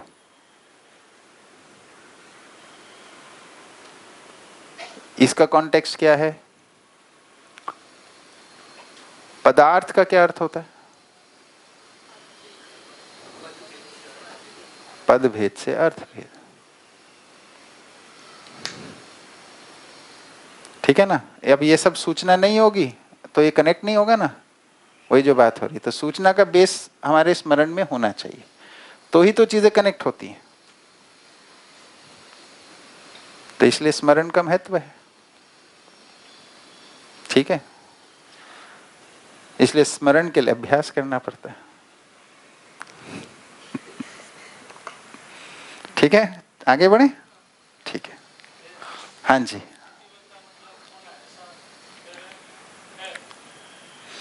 देखिए अनेकों स्थितियां हैं अस्तित्व में, सह अस्तित्व प्रकटन क्रम में अनेक स्थितियां हैं, ठीक है? तो इकाइयां अपने आधार, क्षमता, योग्यता, पात्रता के अनुसार, और उसमें जो मनुष्योत्तर प्रकृति है उसमें केवल क्षमता के अनुसार स्थितियों को प्रकट करती है। जैसे पदार्थ अवस्था पदार्थ की स्थितियों को प्रकट करती है भौतिक रासायनिक क्रियाओं के साथ के रूप में, है ना? जो प्राणावस्था है वो प्राणावस्था की स्थितियों को प्रकट करती है, उसमें भी अनेकों स्थितियां हैं, ठीक है ना? और जो जीवावस्था है वो भी अनेक स्थितियों को प्रकट करती है। तो कौन सी इकाई विकसित होके कौन सी स्थिति में आएगी ये क्रम से है ना? तो यही स्थिति बनता है। अब इस इकाई इस स्थिति से इस स्थिति में आएगी, इसी के लिए संपूर्ण श्रम है। श्रम का मतलब होता है एक स्थिति से उन्नत स्थिति में जाने की जो क्रिया है उसका नाम श्रम। जैसे मानव में, भ्रमित मानव में सारा श्रम सुखी होने के लिए, मानव में सारा श्रम किस लिए है? सुखी होने के लिए, चाहे शरीर से कर रहा हो चाहे मानसिक कर रहा हो। श्रम किस लिए है? मूल में पता चलता है कि श्रम तो असल में मानसिक ही है, शरीर से तो केवल क्रिया है ना, या कार्य है ना। तो ये श्रम, इससे जो भ्रमित अवस्था से उन्नत स्थिति क्या है? जागृत अवस्था। इसलिए जागृत अवस्था में श्रम का विश्राम हो जाता है।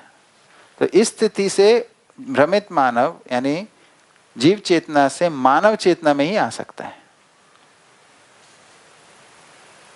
ठीक है, ये स्थिति बदता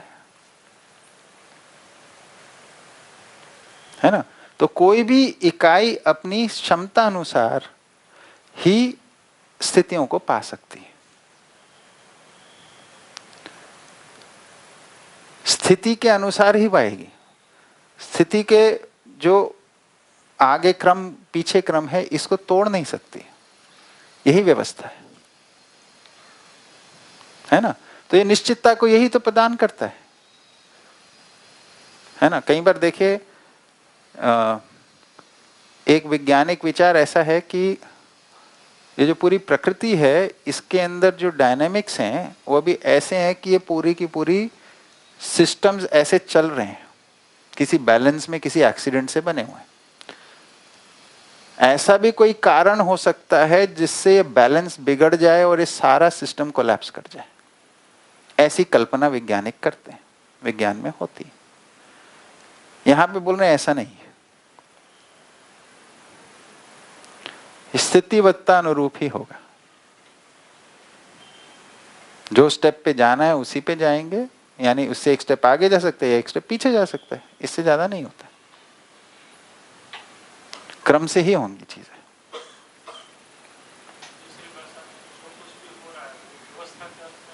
हाँ हाँ, है ना।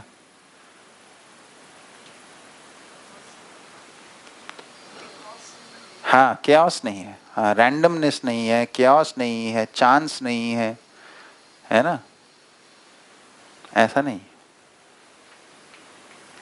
तो निश्चितता की बात कर रहे हैं।